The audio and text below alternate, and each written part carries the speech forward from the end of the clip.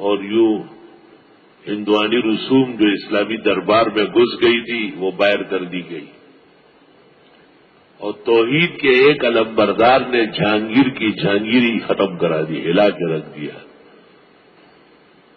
علماء کہتے ہیں اس کے بعد جہانگیر بہت بڑا عابد زاہد ہوا۔ اس کی دو دلیلیں ہیں، ایک تو اس نے زنجیر عدل لٹکایا کہ جس کے ساتھ ظلم ہو وہ اس کو ہلائے، بادشاہ خود باہر آتا۔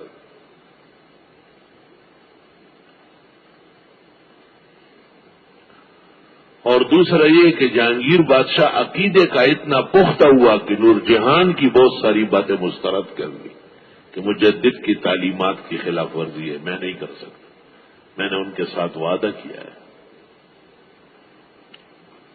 ہمارے زمانے کے بھی بادشاہان ہیں، ایک طرف اعلان کرتے ہیں، اسمبلی پاس کرتی ہے کہ فلاں فلاں علاقے میں شریعت نافذ ہے، اور دوسری طرف فوج لے کر کے ان کی قتل اور غارت گری کے بازار گرم کیے۔ توبہ توبہ، شریعت کے نام پر جتنا بڑا دھوکہ دیا گیا ہے اس کی مثال 1400 سالہ تاریخ اسلام میں رہی ہے۔ کچھ وہاں کے لوگوں کا بھی شودا پن ہے اور بےہودگوئی ہے کہ وہ کسی کو معاف نہیں کرتے تھے۔ مولانا فضل الرحمان بھی کافر ہو، قاضی حسین احمد بھی کافر ہو، تمام کے تمام علماء کو برا بلا نامناسب القاب ناموزون کلمات سے یاد کرتے تھے، کیونکہ بنیاد ان کی وہ خود ساختہ توحید پر تھی اور نامناسب حرکات ان کی زندگی کی کا حصہ بن چکی تھی۔ شریعت کے نفاذ میں بھی اخلاص اور اسلامی تاریخ کا علمبردار ہونا اور اسلامی صفات کا متصف ہونا ضروری ہے۔ ایسے کدو کریلے تھوڑا شریعت نافذ کر سکتے ہیں۔ تاہم حکومت کا دھوکہ اور خدا بھی مثالی ہے، اور اس سرزمین کے نہتے مسلمانوں کو، بے قصوروں کو بلا وجہ صرف شریعت کے نام لینے پر تہہ کر لیا۔ اگر کوئی طبقہ وہاں ظلم کرتا تھا آپ کے کہنے کے مطابق القاعدہ یا طالبان، تو ان کے سر قلم کرتے، انہیں مار دیں۔ وہاں کے مکینوں کو علاقے سے نکالنا، بے گھر بے در کرنا، بے عزت کرنا۔ وَإِن يَأْتُوكُمْ أُسَارَىٰ تُفَادُوهُمْ وَهُوَ مُحَرَّمٌ عَلَيْكُمْ إِخْرَاجُهُمْ، پھر ان کے لیے چندے مانگنا۔ قرآن کہتا ہے یہی تو گزشتہ کفار کا طریقہ تھا۔ افتؤمنون ببعض الکتاب وتکفرون ببعض، کچھ مانتے ہو کچھ نہیں مانتے۔ فما جزاء من يفعل ذلك منكم الا خزي في الحياة الدنيا ويوم القيامة يردون الى اشد العذاب وما الله بغافل عما تعملون۔ سورہ بقرہ کے اندر بقرہ کا قصہ ہے بالتفصیل، اور گائے بھینس حلال جانور ہے، اسلام کی روایات کا احیاء ان سے وابستہ ہے۔ ہندوستان کے علماء نے لکھ دیا ہے کہ گائے کی قربانی اور قربانیوں سے افضل ہے، کیونکہ اس میں مذہب کی حیات ہے، زندگی۔ الحمدللہ۔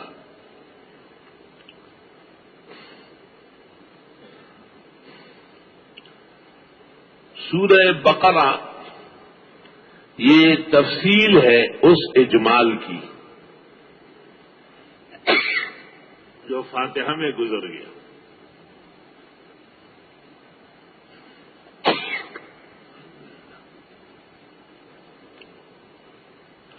سورہ بقرہ میں بنیادی طور پر 8 مسئلے ہیں۔ مسائل تو ہزاروں ہیں، 8 بنیادیں ہیں، اساس ہے، مقاصد ہے، اور ان 8 کے 8 مسائل کے لیے گویا سورت کا نزول ہوا ہے۔ پہلا مسئلہ توحید خداوندی، اور یہ ابتدائی 100 آیتوں میں ہے۔ دوسرا مسئلہ رسالت مآب صلی اللہ علیہ وسلم کی صداقت کا مسئلہ ہے، اور یہ 101 سے شروع ہے، اور لیس البر ان تولوا وجوہکم تک۔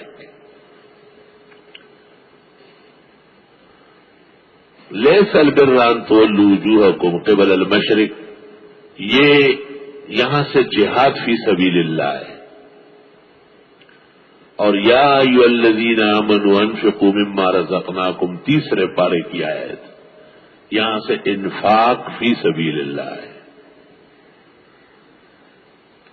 یہ چار مسئلے اتصالاً ہے اور چار مسئلے تفریعاً ہے. پہلا مسئلہ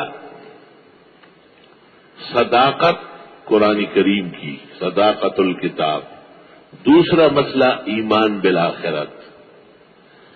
تیسرا مسئلہ تنظیم. چوتھا مسئلہ آداب. ابتدا میں چار مسئلے ہیں. پہلا ہے توحید کا، دوسرا ہے رسالت کا، تیسرا ہے جہاد کا، چوتھا ہے انفاق کا.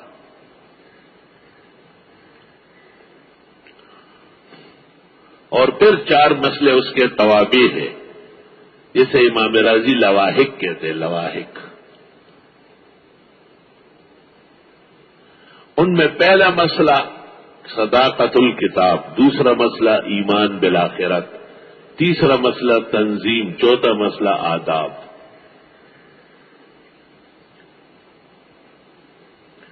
اور ساتھ ساتھ تین مسئلے اور ہیں.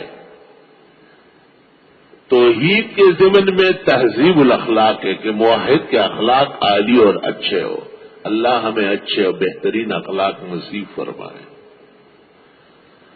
دوسرا مسئلہ تدبیر المنزل، گھر آباد ہو، گھر ویران ہو تو مجاہد کیا جہاد کرے گا. اور چوتھا مسئلہ السیاست المدنیہ، ملک میں سیاست پر بھی نظر رکھنی پڑے گی. مولانا کی نصرت و امداد بھی ضروری ہے. مولانا کے رفقا اور ان کی جماعت توحید و سنت والوں کی واحد نمائندہ جماعت ہے ملک کے طول اور عرض میں. کوئی اور جماعت توحید و سنت والوں کی نہیں، وہ ایک ہی جماعت ہے. یہی شیخ الہند کی وارث ہے، یہی شیخ الاسلام مولانا حسین احمد کی جانشین ہے، یہی حضرت اقدس امام التفسیر حضرت لاہوری کا ورثہ ہے. اسی کے لیے جان کپائی ہے حافظ الحدیث عبداللہ درخواستی نے، اور بطل سرحد شیر اسلام مولانا غلام غوث ہزاروی نے، اور فقیہ حاضح الامہ و محدثھا و مفسرھا حضرت اقدس مولانا مفتی محمود نے. یہی مزین اور آراستہ ہے محدث العالم حضرت الشیخ والاستاذ حضرت اقدس مولانا محمد یوسف صاحب بنوری رحمت اللہ علیہ. یہی جماعت ہے اور کوئی نہیں. مولانا سے اختلاف جائز ہے، بلکہ بعض جگہ واجب ہے، مگر اختلاف کی حد تک ہو، عداوت تک نہ ہو. اختلاف تو ہم امام شافعی امام احمد مالک سے نور الازا میں کرتے. نور الازا کا مدرس کتنا چھوٹا سا ہوتا ہے، وہ کہتے ہیں ہمارا نہیں ہے ان کا ہے. ٹھیک ہے، اس میں کیا قباحت ہے؟ ہمارے مقتدا امام ابو حنیفہ موجود ہے، مگر امام شافعی رحمہ اللہ بےادبی اور گستاخی کا حق کسی کو حاصل نہیں.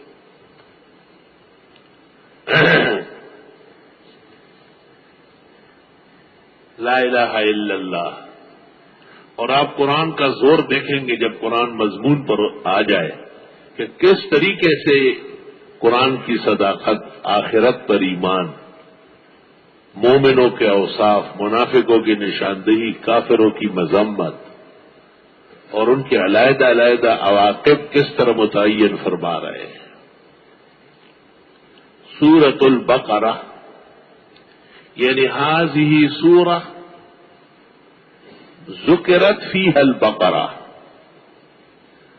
یا سورۃ التی فیہا البقرہ فیہا واقعۃ البقرہ. حدیث میں ہے جس گھر میں سورۃ بقرہ پڑھی جائے وہاں شیطان نہیں ٹھہر سکتا. جنات اور شیطانوں کو نکالنے کے لیے بہترین صورت.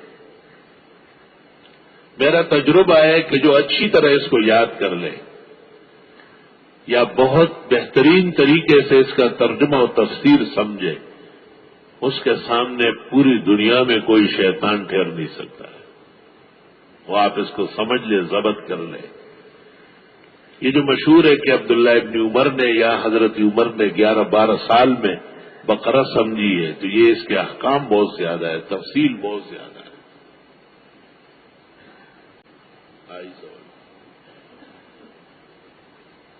احکام تفصیل بہت زیادہ ہے۔ تو سورت مشتمل ہے مسائل ثمانیہ پر، 4 اتصالاً، توحید، رسالت، جہاد، انفاق، 4 تعلیقاً، اتباعاً، صداقت الکتاب، ایمان بالآخرت، تنظیم اور آداب، اور 3 اطراف کے طور پر، نتائج کے طور پر، تہذیب الاخلاق، تدبیر المنزل، السیاست المدنیہ۔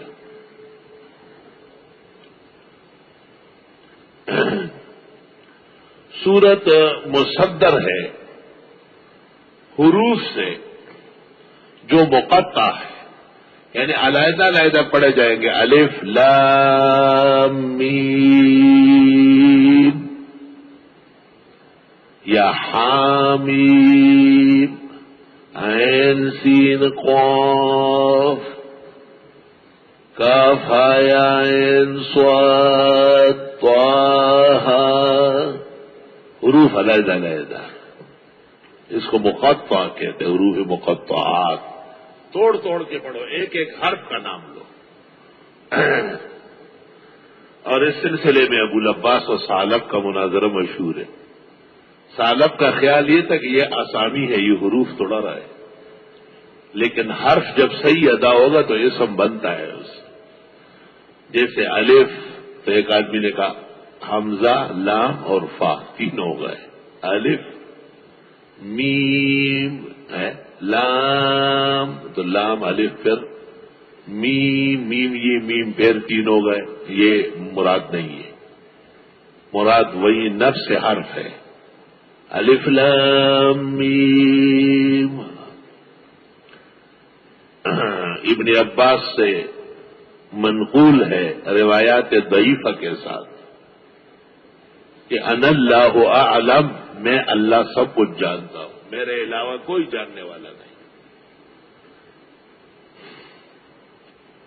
بعض کہتے ہیں کہ الف اشارہ ہے اللہ کی طرف، لام جبریل کی طرف، میم محمد صلی اللہ علیہ وسلم کی طرف۔ اللہ سبحانہ و تعالی انزل ھذا الکتاب بواسطۃ جبریل علی محمد صلی اللہ علیہ وسلم۔ ہمارے بعض استاد کہتے تھے الف اول، لام لازم، میم مومن، اول لازم ہے مومن پر کہ یہ عقیدہ رکھے کہ ذالک الکتاب لا ریب فیہ، اس کتاب میں کوئی شک شبہ نہیں۔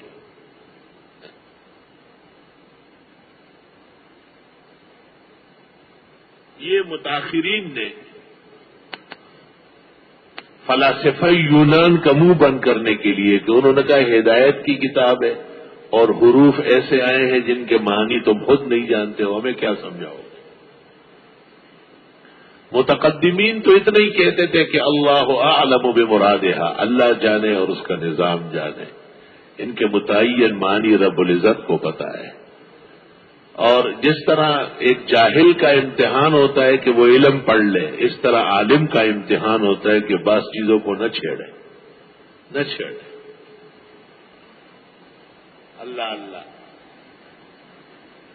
ہر چیز جاننا یہ صفت الہی ہے، اور کچھ جاننا اور کچھ نہ جاننا یہ مخلوق کی شان ہے۔ سنن دارمی میں ہے وَمِنَ الْعِلْمِ أَن تَقُولَ لِمَا لَا تَعْلَمُ لَا أَعْلَمُ، یہ بھی عالم ہونے کی دلیل ہے کہ بعض مسائل میں آپ کہیں کہ میں نہیں جانتا۔ امام مالک کی خدمت میں یمن سے لوگ آئے تھے، 36 سوالات کیے تھے، 4 کے جواب دیے، 32 میں کہا مجھے معلوم نہیں ہے، مجھے نہیں تنگ کرو، چھوڑو۔ امام ابو حنیفہ سے جب پوچھا گیا تو فلاں و فلاں صحابہ کے درمیان میں یہ کیا ہوا ہے، آپ نے کہا مجھے یہ بتاؤ کہ میں تھا اس وقت؟ انہوں نے کہا نہیں. کہا مجھ سے کیوں پوچھ رہے ہو؟ آپ بڑے عالم ہیں کہ بڑا عالم ان سے تو نہیں ہو، چھوٹا بڑوں کی عدالت کیسے کرے گا؟ پھر فرمایا قیامت کے دن مجھ سے سوال ہوگا اس کا. کہا نہیں، جب قیامت میں سوال نہیں تھا اپنا کام کر. میں کیوں اپنی زبان کو، اپنے ہونٹوں کو، اپنے قلم کو ان کے خون میں لت پت کروں؟ جیسے اللہ نے مجھے بچایا ہے کہ میں تھا ہی نہیں، میں بچ کے نکلوں گا یہاں سے. احتیاط عالم کی نشانی.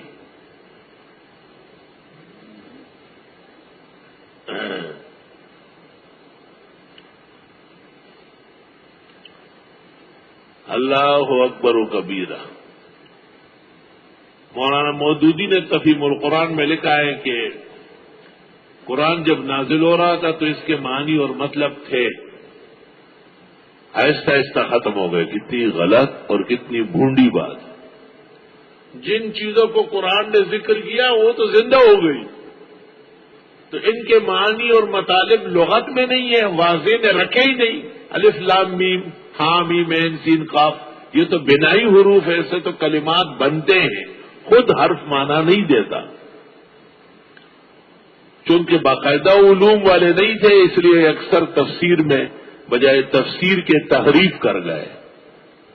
صفحہ 4 یا 5 پر کہتے ہیں میں نے اس ترجمے اور تفسیر میں ترجمے اور تفسیر کا طریقہ چھوڑ کر آزاد ترجمانی اختیار کی. اس آزادی فکر کا یہ نتیجہ ہے کہ نامناسب قسم کی توجیہات کی جاتی ہے. مشورہ یہ ہے کہ عام لوگ تفہیم القرآن نہ پڑھا کریں اور عام مسلمانوں کو اس کے مطالعے سے بچائے. اس میں اسلام، قرآن اور دین اور استقامت اسلام کے خلاف تعلیمات بھری گئی ہے. ہم اپنے مقام پر نشاندہی کریں گے. آج 2 نشاندہیاں ہو گئی. ایک صفحہ 4 یا 5 پر آزاد ترجمانی کا اعلان ہے، اور دوسرا یہ کہ الف لام میم یا حروف مقطعات کے معانی تھے اور ختم ہو گئے معاذ اللہ. اس کا مطلب یہ ہے کہ قرآن کریم کی کچھ چیزیں گم ہو گئی ہیں. یہ تو معتزلہ اور یہود اور روافض کا نامناسب نظریہ ہے.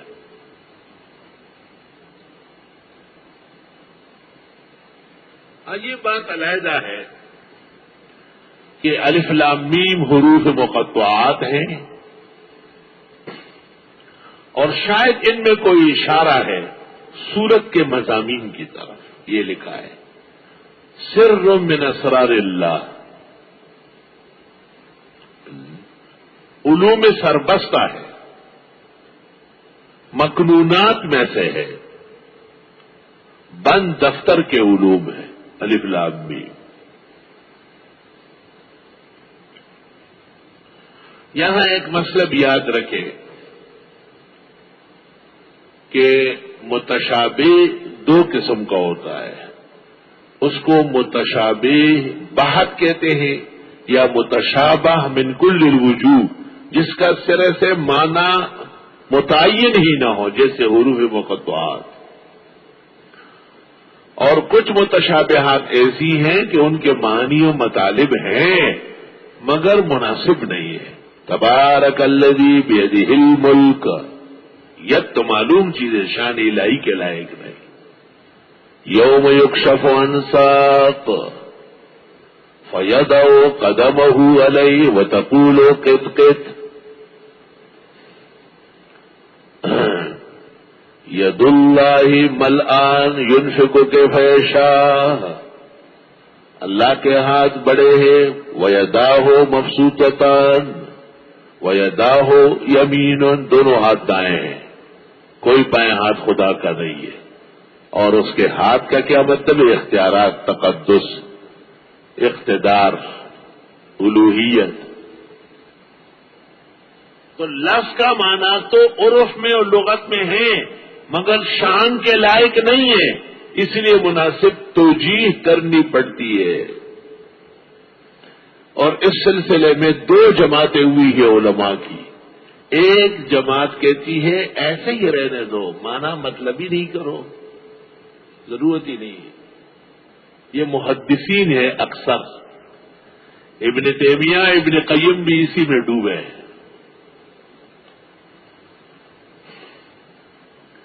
اور شمس الدین ذہبی نے اس پر کتاب لکھی ہے، اس کا نام ہے کتاب العلو والعرش.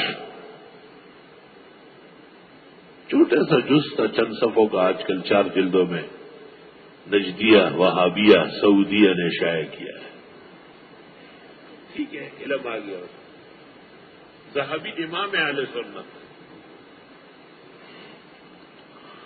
اور امام بیہقی نے کتاب لکھی ہے اسماء و صفات،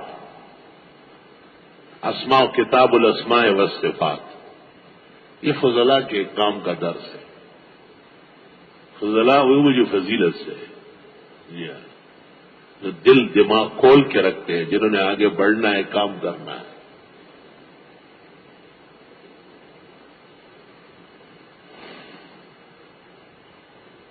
کتاب الاسماء و صفات پر بلاد عرب کے انور شاہ، ہمارے شیخ المشائخ و استاد الاساتذہ حضرت اقدس الشیخ محمد زاہد الکوثری رحمت اللہ علیہ کا زبردست حاشیہ ہے. حاشیہ پڑھنے کا ہے. امام بیہقی کو سیدھا کیا ہے، کان کیچے. شرح تب جچتی ہے جب شارع کتاب سے بڑا عالم.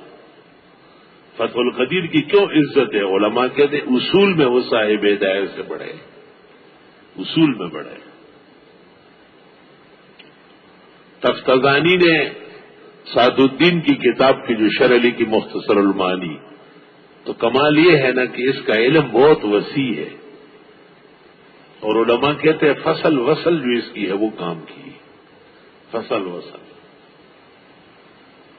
وہ ہمارے استاد وہ دوڑتے ہوئے پڑھاتے ہیں، اس کو کام ہوتا ہے گھر میں دوڑتے ہوئے پڑھا رہے ہیں.